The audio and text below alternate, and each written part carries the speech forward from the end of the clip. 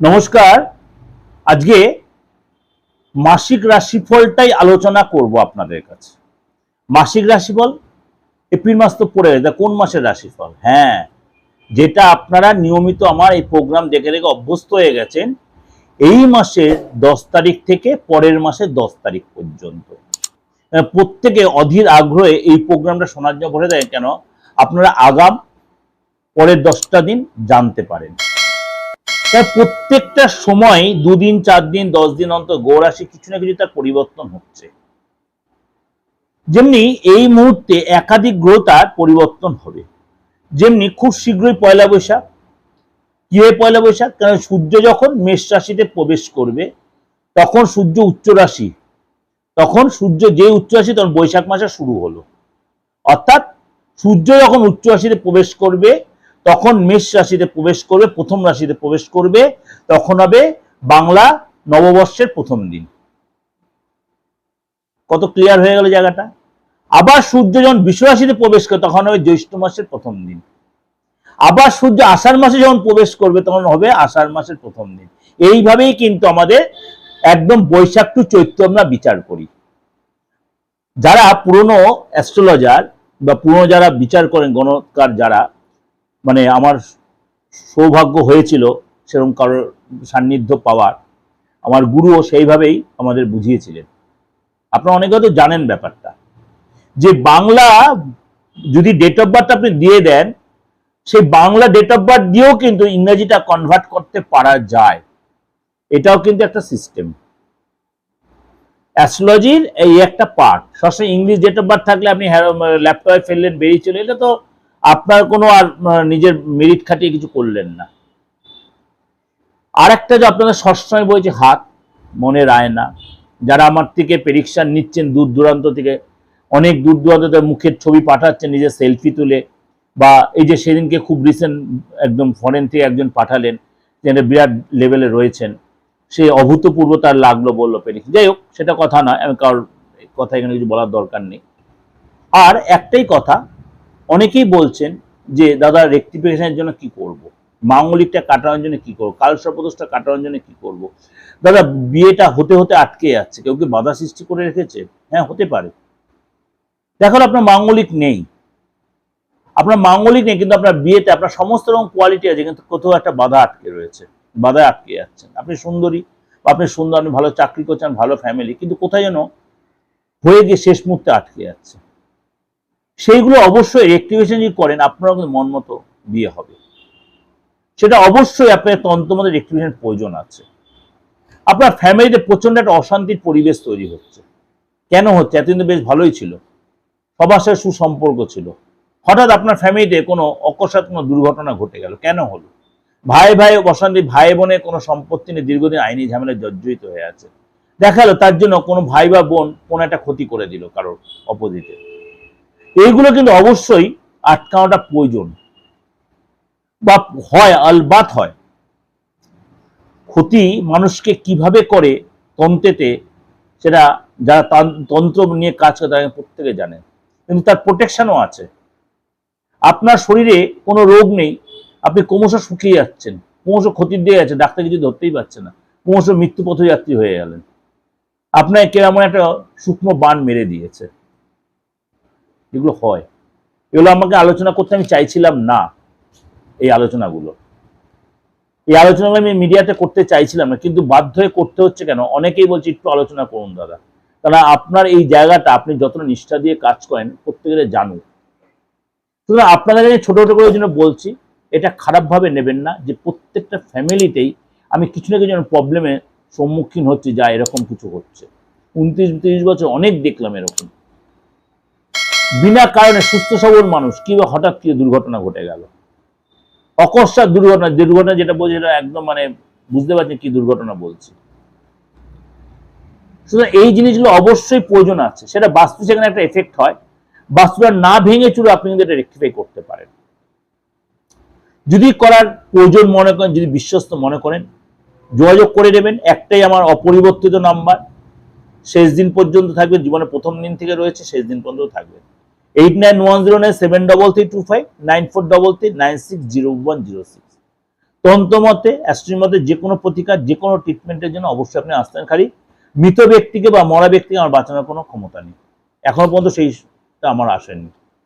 তাছাড়া মোটামুটি আমি চেষ্টা করি সবকটা কাজই আপনাদের, হয়তো কটা দুদিন আগে হয়, কটা দুদিন পরে হয়।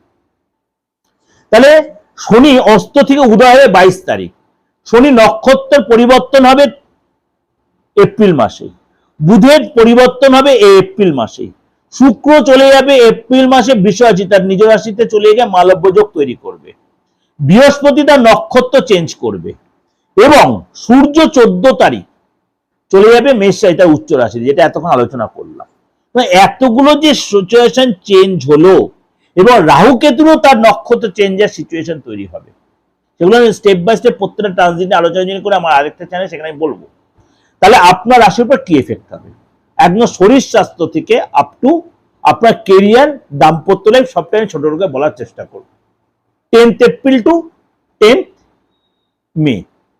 সিংহ রাশি, সিংহ রাশি প্রথমে বলি আপনার 10 তারিখ থেকে 14 তারিখ পর্যন্ত শরীর নিয়ে একটু সচেতন থাকবেন, খাওয়া দাওয়ার প্রতি কন্ট্রোল রাখবেন। এই 4টে দিন 5টা দিন আপনাকে হয়তো কোনো কীট দংশন বা কিছু কামড়ে দিতে পারে, মনে অস্থিরতার জন্য ঘুমটা কম হতে পারে, টেনশন বাড়তে পারে, হাতে পায়ে চোট লাগতে পারে। সেটা 14 তারিখ।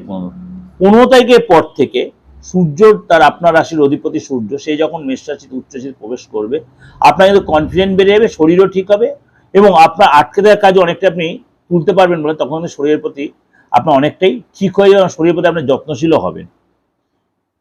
আর্থিক জায়গাটা বলি, আর্থিক জায়গাটা আপনার 10 তারিখের থেকে আপ টু 10 তারিখ, 10 তারিখ থেকে কিন্তু আপনার জায়গাটা যথেষ্ট আপনার সাপোর্টিং হচ্ছে, অর্থাৎ আপনার আটকে থাকা কাজ, আটকে থাকা অর্থ, সরকারি কাজে সফলতা, হঠাৎ কোনো প্রাপ্তি, হঠাৎ কোনো লাভ, এগুলো হবে, এবং আপনি মার্কেটে যে অর্থ ফেলে রেখেছেন সে অর্থ তুলতে পারবেন, এবং যারটি আপনি দেনা করেন সেটাকে আপনি মানে ফেরত দিতে পারবেন, এবং পরিশ্রম আপনাকে করতে হবে, পরিশ্রম যদি করতে হয় তার রিটার্ন কিন্তু আপনি পাবেন।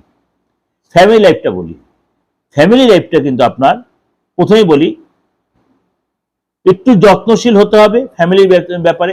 ফ্যামিলি বিশেষ করে কোনো পারপাসে আপনার খরচটা বাড়তে পারে, ফ্যামিলি কোনো রিপেয়ার, রিনোভেশন, ফ্যামিলির কোনো কারোর শরীর খারাপ, বিশেষ করে গুরুজনের শরীরটা নিয়ে একটু ডিস্টার্ব হতে পারে, কিন্তু সেটা সাময়িক, সেটা সাময়িক। 10 তারিখ থেকে 14 তারিখ মধ্যে একটু শরীরটা নিয়ে সচেতন হয় ফ্যামিলি কারোর, কেননা এই সময় আপনাকে একটু খরচটা হতে পারে 10 তারিখ। 14 তারিখের পর থেকে কিন্তু আপনার খরচে যারা অনেকটাই রিলিফ হবে, অনেকটাই রিলিফ হবে, আপনি সেভিংস করতে পারবেন, এবং এই সময় কিন্তু আপনি মানে কোথাও ঘুরতে যাওয়ার একটা প্ল্যান করলেন, একটা এনজয় মুডে আপনি থাকবেন ফ্যামিলির সাথে। এই যে বাস্তু সিস্টেমটা আপনাকে আমি বলি, যখন আপনার এখানে ওইটা আছে সেখানে ওইটা আছে, আলবাত থাকবে, আলবাত থাকবে, 100% বলছি থাকবে। ওটা আমি আচমকা বলি না, আপনার হাতের উপর বেস করে, আপনার ছকের উপর বেস করেই বলি। সুতরাং এই যে জিনিসগুলো যখন আপনার প্রবলেম আছে, কারণ এই পৃথিবীতে এমন কোনো মানুষ নেই যে কে প্রবলেম ছাড়া পৃথিবীতে জন্মে যে প্রবলেম ছাড়া আছে, সে যে লেভেলের হোক, যে সেক্টরে থাকুক, যে প্রফেশনেই থেকে থাকুক, প্রবলেম আছেই। এবার সেই প্রবলেমটা আপনার জন্য কতটা, আপনার জন্য আপনি সাফার করছেন, সেই সাফারটা যদি আপনার মানে ধরতে মধ্যে দেয়, সেটা নিয়ে আপনার মাথা ছাড়া করার দরকার নেই, মাথা ঘামিয়ে। যদি দেখছেন সেটা আপনার আয়ত্তের বাইরে চলে যাচ্ছে, তাহলে সেটাকে আপনি দমন করুন, সেটা আপনি রেকটিফাই করুন, অবশ্যই প্রয়োজন আছে, আলবাত আছে। আপনি তন্ত্রের মাধ্যমে করুন, অ্যাস্ট্রোলজির মাধ্যমে করুন, যার মাধ্যমে যার কাছে ভালো তার কাছে কি করুন, যদি আপনি মানেন এটা। অ্যাস্ট্রোলজি এমনই একটা সাবজেক্ট, অ্যাস্ট্রোলজারকে দিয়ে অ্যাস্ট্রোলজি বিচার করবেন না। অ্যাস্ট্রোলজার কখনো ভুল করতে, অ্যাস্ট্রোলজি ভুল হতে পারে, ডাক্তারি শাস্ত্রটা ভুল না, ডাক্তার ভুল করতে, ডাক্তারের ভুলে কোনো ট্রিটমেন্ট বা কোনো পেশেন্ট ভুল হতে পারে, ডাক্তার শাস্ত্র, ডাক্তারি শাস্ত্র কখনোই ভুল নয়। ঠিক আছে, ক্লিয়ার আপনাদের কাছে কনসেপ্টটা? যদি আপনার সন্তান থেকে থাকে, সন্তানের কোনো হয়তো ডিমান্ড আপনার ফুলফিল করতে হতে পারে, সন্তান ঘুরতে যাওয়ার প্ল্যান করতে পারে, আপনার সাথে কোথাও ঘুরতে যাওয়ার চিন্তা, ওভারঅল কিন্তু সন্তান জায়গাটা খারাপ দেখা যাচ্ছে না। চাকরি জায়গাটা বলি, 10 তারিখ থেকে 14 তারিখ পর্যন্ত আপনার কাজে জায়গাটা অনেক বেশি ধৈর্যশীল এবং সহ্যশীল, সহনশীল হতে হবে। আপনার মানে অফিসিয়াল কারণে আপনার বস আপনার কাছে অসন্তুষ্ট হতে পারে, বা এক কাজ 10 বার আপনার করতে হতে পারে, সেগুলোতে আপনার চাপ হতে পারে, স্যালারি যারা চাপ হতে পারে, বা আপনি যেটা বোঝাতে চাইছেন সে কম বুঝতে পারে। কিন্তু 15 তারিখে যখন সূর্যদেব চেঞ্জ হয়ে মিশ্র রাশিতে প্রবেশ করবে, তখন কিন্তু আপনার কাজে যেটা আস্তে আস্তে ফেভারে আসবে আপ টু নেক্সট 10th মে আপনার জন্য কিন্তু যথেষ্ট ভালো সময় থাকবে চাকরির জায়গাটা। শুধু আপনি ডেভেলপ করতে পারেন এবং বেটার কিছু আপনি এক্সপেক্ট করতেই পারেন, প্রমোশন হতে পারে, বেটার অপরচুনিটি আসতে পারে, সেটা অবশ্যই প্রপার ইউটিলাইজ করার চেষ্টা করবেন। ব্যবসার জায়গাটা বলি, আপনাদের প্রোগ্রামটা কন্টিনিউ করার আগে একটু বলে নিই, তাহলে আপনাদের মানে যে কনফিউশনটা সেটা অনেকটাই কেটে যাবে।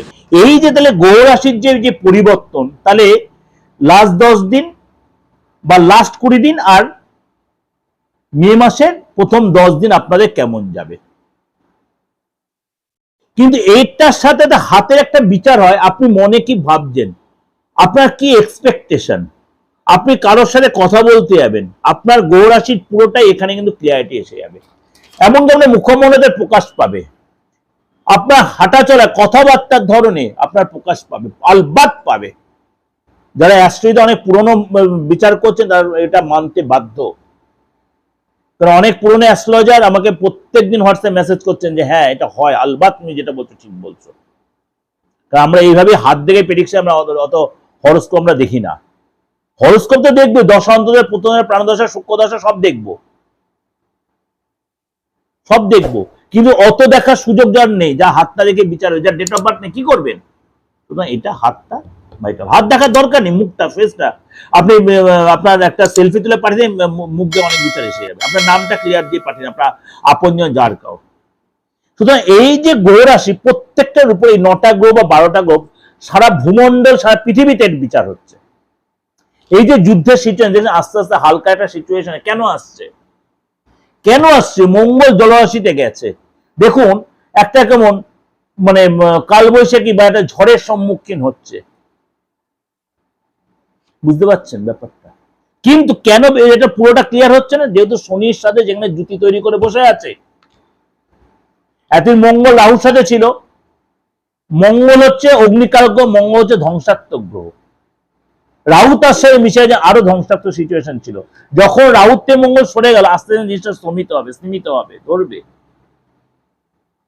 এবার সূর্য যখন মেষ রাশিতে যাবে, মানে সূর্য বেশ করে যেসব কান্ট্রিগুলো আমি বলা তো আপনার নিশ্চয়ই কিছুটা বুঝতে পারছেন, সেই সব কান্ট্রিগুলোর একটু মানে তার তেজ বাড়বে। আবার শনি ডিপেন্ডেন্ট যে কান্ট্রিগুলো, তারা আস্তে আস্তে নমন হবে, কিন্তু তারা বুঝদার হবে। যখন শনি অস্ত থেকে উদয় হবে, কবে হবে? 22 এপ্রিল।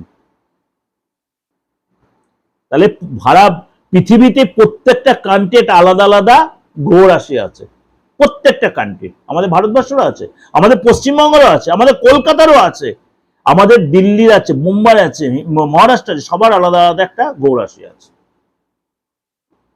আলবাত আছে। এবং আমেরিকার আছে। এই যে আপনার যুদ্ধ হচ্ছে যে আপনাদের পশ্চিম এশিয়ার দেশগুলো, প্রত্যেক আলাদা আছে। পশ্চিম এশিয়া কিছুটা শনি রিলেটেড, বলেই ফেললাম।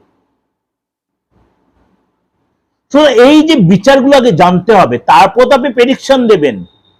কেন ভূমিকম্প হবে, কেন এত ঝড় বৃষ্টি হবে, কেন এত আপনার কালবৈশাখী হবে, কেন হচ্ছে? মঙ্গল জলরাশিতে বসে আছে, মঙ্গল শনির সাথে বসে আছে, হতে হতে কাজে বাধা আসবে, ডিসিশন হতে হতে বাধা পড়ে যাবে, এগুলো হবে।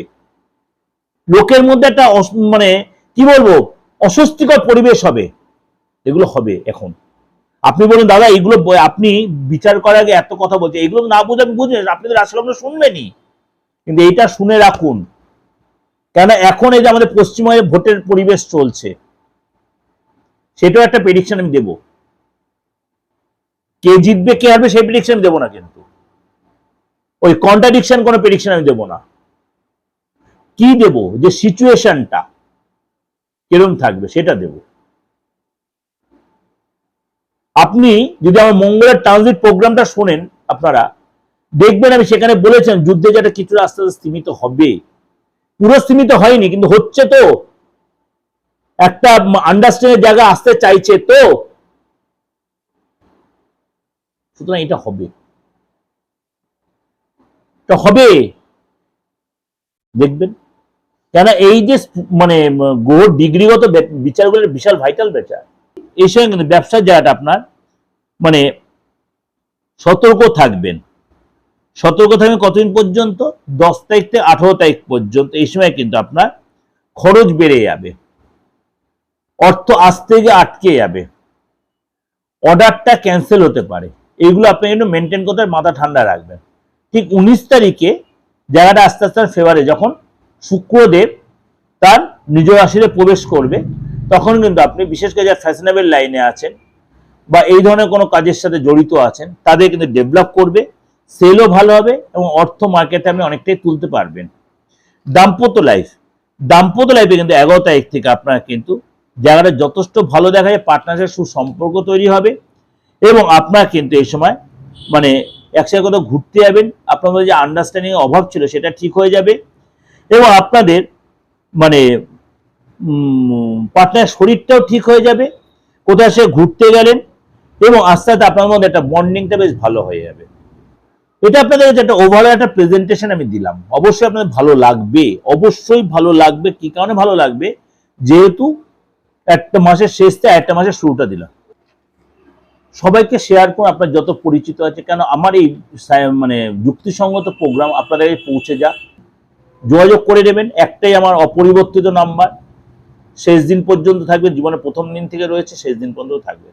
891097332433960106।